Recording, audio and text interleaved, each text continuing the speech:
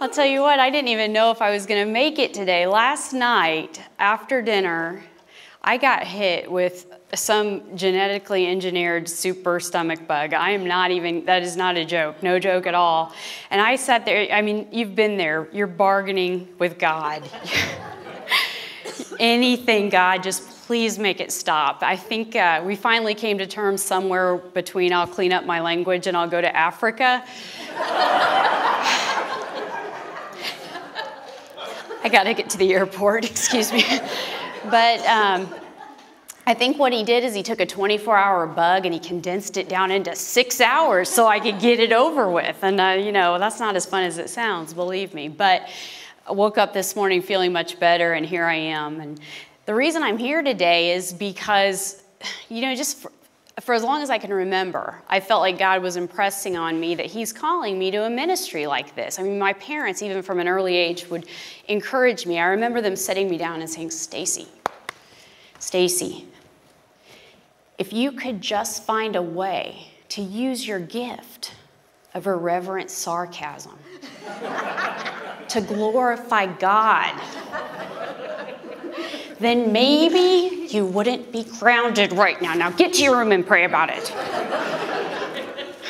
They were so encouraging. So basically today, we're launching a ministry, and if you enjoy yourselves and you have fun, we'll know that I truly have heard from God. And if I flop, well, then I've just been hearing voices, and I'll probably never leave my house again. But we will know at the end of today, and it's all up to you. So you would think with that much on the line, I'd be really nervous about it. But I've just never really worried about public speaking. It's never something that I feared. Public humiliation, on the other hand, that terrifies me. But I learned that speaker's gimmick really early on, that if you get nervous, you just imagine the audience in their underwear.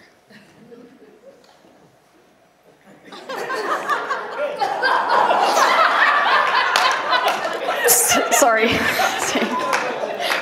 Actually, why don't we all do that? And then if you're not laughing at that point, there's really nothing I can do. So my husband gave me some advice, though. He was very encouraging. He said, now, whatever you do, don't use all your best jokes this first time out. He said, you know, because just in case you do get another opportunity, you want to save something. And I said, no, it's okay. It's okay. I got this all figured out. I said, this is the 50-plus group. They're not going to remember any of it. It's all good. No. I shouldn't make fun because I'm not 50, but I can see 50 from where I am. I can definitely see 50 from where I am.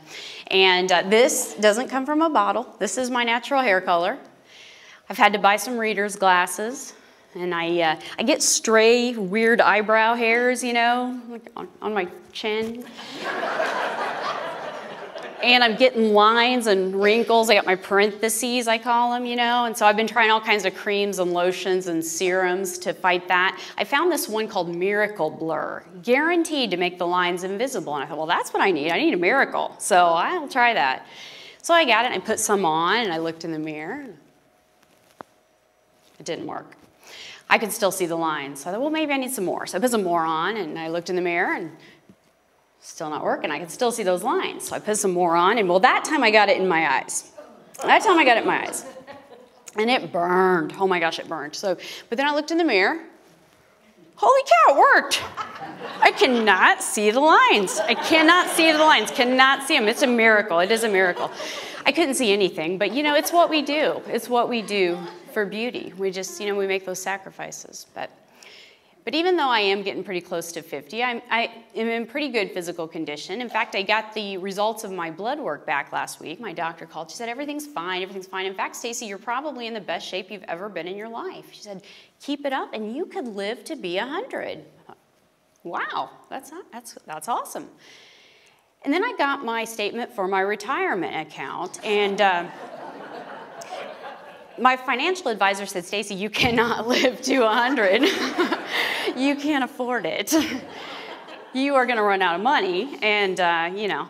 So it kind of makes me wonder why I spend 3 or 4 nights a week in the gym and you know, avoid carbs, because really the only chance I have is to not outlive my money. So think I'm going to try just eating whatever I want, and heck with the gym, and gosh, if the market takes a downturn, I might have to start smoking, you know?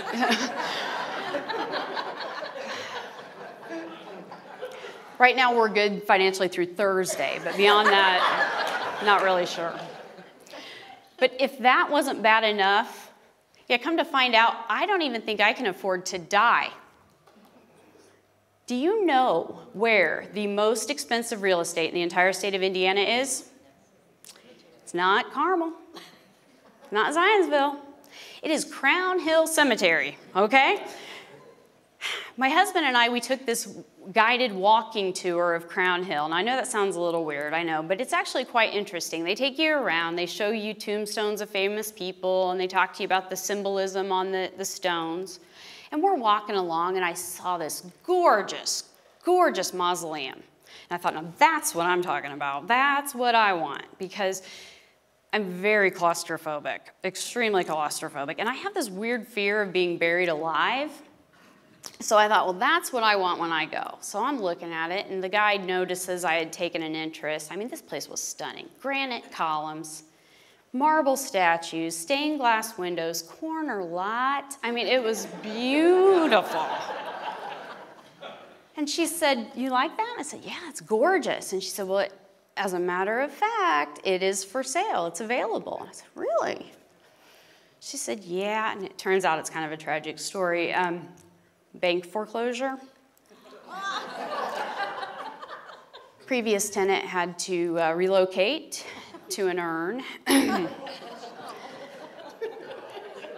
But she said, that can be all yours for only $275,000. Say what? She said, yeah, $275,000. And I like, it doesn't even have a bathroom. And it was kind of in the uppity part of the cemetery, so I'm sure the HOA fees were ridiculous. So I said, do you think you could show me something more in a duplex, maybe? And I will be looking for roommates if anybody thought we could get bunk beds, maybe. I do snore, so if that's a problem, then. But yeah, so that was. Oh. But my family and I have called White River Christian Church our home for over 15 years now. And you may not know that I was actually on staff here for 7 of those years. I was the administrative assistant for the youth ministry. And every year when the kids would go back to school, I remember one big event was Move Up Sunday. You know, if you were going into kindergarten, you got to move up into the elementary program. And if you were going to be in 5th grade, you got to move up into the middle school. And if you were going to be a freshman, you got to move up into high school. Very exciting. And if you were in this group right here,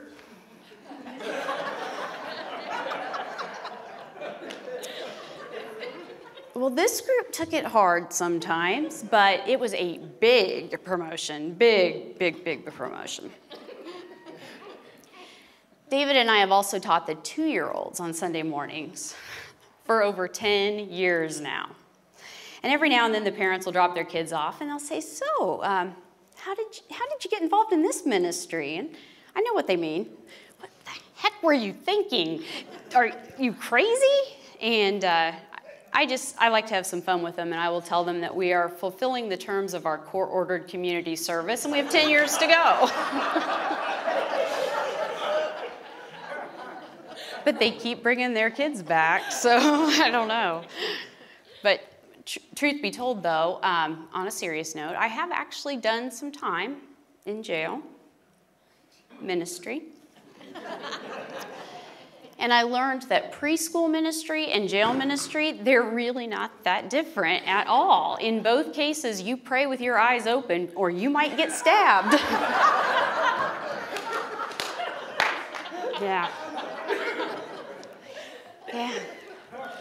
And my husband David and I have been married for over 20 years now, and believe me, yes, he is a saint. He puts up with things you cannot even imagine. But early in our marriage, I was not a good cook. I was a terrible cook. And well, this is a true story. The first time I cooked for David, I gave him food poisoning. I am admitting that here. We've fought about whether this was the case or not, but I'm admitting it. I gave him food poisoning. And right now you're going, hey, did you see which dish she brought? I didn't bring anything, don't worry. But I don't think it was really my fault. You see, all I know is every time we went out to eat, he always ordered his steak rare, okay? And I thought, well, he must like his chicken that way too, right? I was wrong. I can admit that. I was wrong. So we ate out a lot when we were first married. Ate out a lot. And I remember one time, I think my daughter was about 6, and I had her on the playground, and I said, okay, we gotta go. Gotta go. Dinner's in the oven. And she looked at me, and she said, oh, really? Whose oven, Mom? Oh, Charlie's or Applebee's? I do not have to take that kind of lip from a 6-year-old. And I said, listen here, little missy. Neither of those for your information.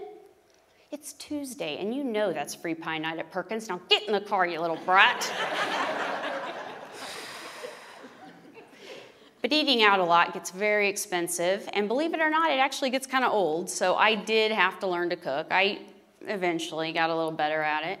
And now it's not even the cooking that I really mind, and I don't mind the cleaning up. It's the grocery shopping. I hate to go grocery shopping. It is my least favorite of all the chores I have to do. First, you got the preparation, meal planning, comparing ads, clipping coupons, making the list. I'm already stressed out. Then we gotta go shopping, okay? And you gotta find everything. And I swear, they move everything every other day just because they get bored, right? And somehow, 90% of the stuff on my list is on the top shelf. I am 5'1" with shoes on. Some people carry their own grocery bags. I take a stepladder with me and carry it around. I like to employ the divide and conquer approach. You know, your first decision you got to make is basket or cart, basket or cart. It's always a basket, always a basket. You know, better maneuverability, doesn't slow you down. I will grab 2 baskets, one for each arm, and everybody with me will take 2 baskets, and we will go. Grocery shopping is not an errand, it is a mission, and there may be casualties. That's just the way it is. So I'll send my daughter down one aisle with a list. You get this. I'll go down this aisle with the list. We'll meet at the end. We will conquer the store like that, right? There we go.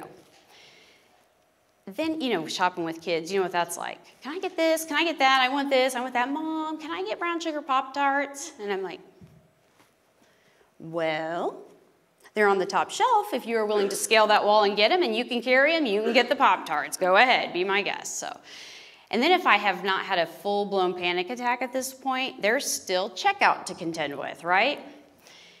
I try so hard to be a patient person, I really do, but I always get behind that person who forgot one thing.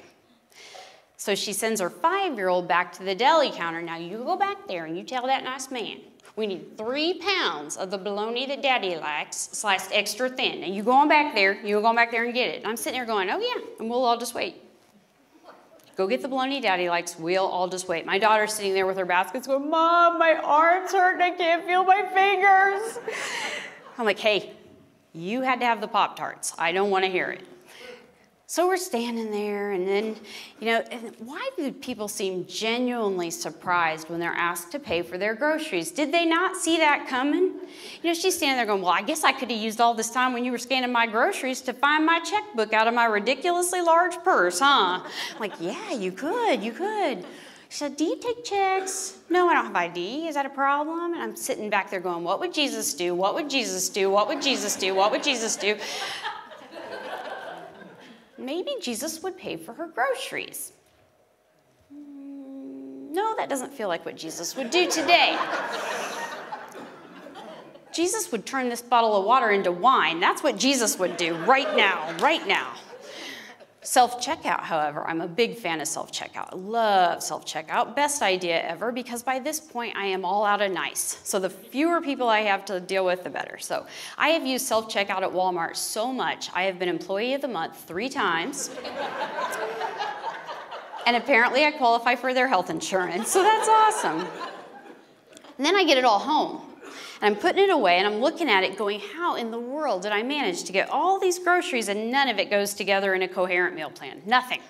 And my daughter's going, what's for dinner? What's for dinner? And I'm like, well, we are having tuna nachos and brown sugar Pop-Tarts. Oh, wait a second. It's Tuesday. It is free pie night at Perkins. Get your coat. We are going out.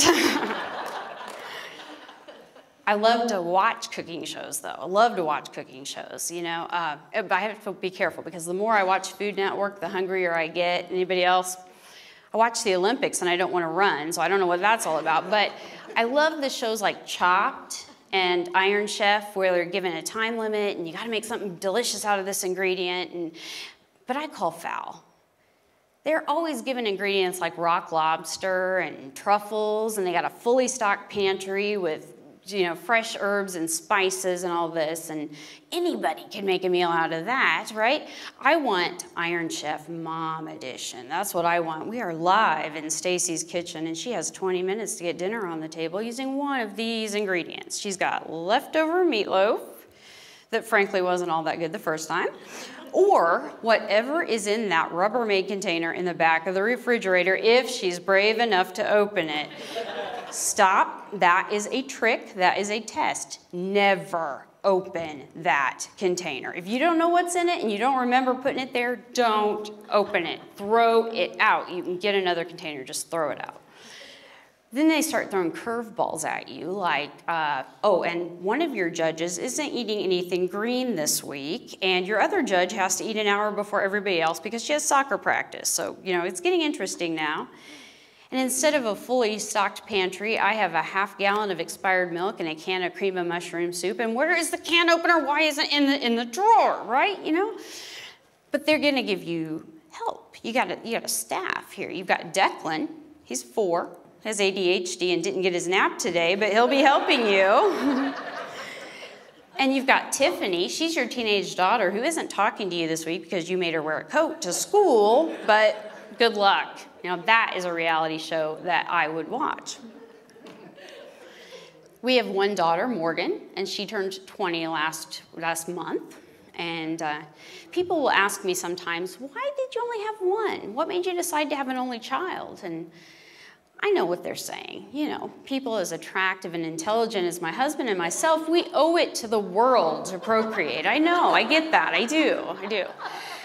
And I don't remember deciding to have one child, but I like to mess with people instead. I tell them, I don't know what you mean. We're having 6. We're just spreading them out, you know, one at a time. But no, actually, I think God in his infinite wisdom gave me all the children I had patience for. Remember the grocery store? In fact, when we would tell people we were expecting, telling them the big news, we got mixed reactions, you know, like, a baby, right? You're gonna have a baby? You, huh? A baby. Are you sure that's a good idea? I was like, wow, that is not the reaction I thought we would get, you know. I really thought you'd be more exciting about being a grandma, Mom, but thanks. I remember taking the glucose tolerance test when I was pregnant. That's worthless. They need to give you a screaming tolerance test. And how long can you tolerate a kid going like this? Mom, mom, mom, mom, mom, mom, mom, mom, mom. How long can you tolerate that? Or make you take a whiff of that curdled milk that's in the sippy cup that rolled under the seat of the car. Take a big whiff of that. How do you tolerate that? You know, that's a test to see if you're ready. But I had a really rough pregnancy. 8 weeks of just awful morning sickness. But when you feel that human being, that life move inside you, I mean, there's just nothing like the joy that you get. And right up until she finds your sciatic nerve and starts tap dancing on it, and you feel like you're being repeatedly stabbed in the butt for 3 months, and it's beautiful. It's a beautiful thing. And then she tried to come really early, so they ordered me to bed. And if you know me, you know what that did to me, bed rest until the end. And then had a difficult labor and a C-section, emergency C-section delivery. I had a reaction to the anesthesia, left me itching inside out and all this, and it was rough. And I think it was day 2 that a nurse walked into the hospital room, and she saw me. I was just a pile of hormones and bawling my eyes out. And she came in and she put her arm around me. She said, "Oh, honey, it's okay. You forget all that bad stuff. Don't worry." And I said, "Yeah, I know. That's what everybody keeps telling me." So I'm writing it all down. I don't want to forget it. I don't want to forget it. I don't want to forget any of it. And I did not forget. I did not forget. We have one child. I did not forget. And then there's parenting styles. You know, there's the attachment parenting. Those are the co-sleepers and baby wearers, you know, constant contact. And then you've got the helicopter parents who are involved in every activity the kids are in, always hovering over them, protecting them. And David and I didn't really fit into either of those parenting categories. I think our parenting style would best be described as empowerment parenting. You know, we wanted to encourage her to be independent, to do things for herself. The state of Indiana had another phrase for it. They called it borderline neglect. Potato, potato, right? I know a few years ago, I found one of those disposable cameras, and it was all used up, and I thought, gee, I wonder what's on here. So I take it to Walgreens and get it developed, and I get it back, and we had our daughter's first birthday and her 5th birthday on one roll of film. Nothing in between. And I'm like, yep. That pretty much sums it up, you know, but we weren't that nervous, overbearing kind of parents, you know. We didn't coddle her. We didn't baby her. We didn't take her to the doctor for every little sniffle or tummy ache or broken bone, and, you know. That builds character, you know. And I'm a little behind on her baby book, like never got it started, and somewhere in the basement is a Ziploc baggie of Girl Scout badges that I just never got around to stapling on her vest, you know? And I was the troop leader. But in spite of all that, she turned into a very wonderful young lady, and we're very proud of her. Couldn't be happier with how she turned out in spite of us, so. But the common thread with all that, whether it's, you know, working or finding your dream or, you know, marriage, parenting, all that, even the grocery store, you got to have a sense of humor about it. You got to keep a sense of humor. Life is funny. Learn to laugh at it. It makes it so much easier and a lot more enjoyable if you can do that. And we know we're created in God's image, right? And he gave us a sense of humor. So that tells me that God has a sense of humor too. And he's up there, he's just laughing along with us. And I think he enjoys our laughter as much as he enjoys our prayers and our praise. So laugh. And I want to leave you with my favorite verse in the whole Bible. It comes out of Genesis 18. And it's the Lord talking to Sarah right after he dropped a bomb on her that at the ripe old age of 100, she is going to have a baby. And what he said to her was, in Genesis 18, "Oh yes, you did laugh." Thank you.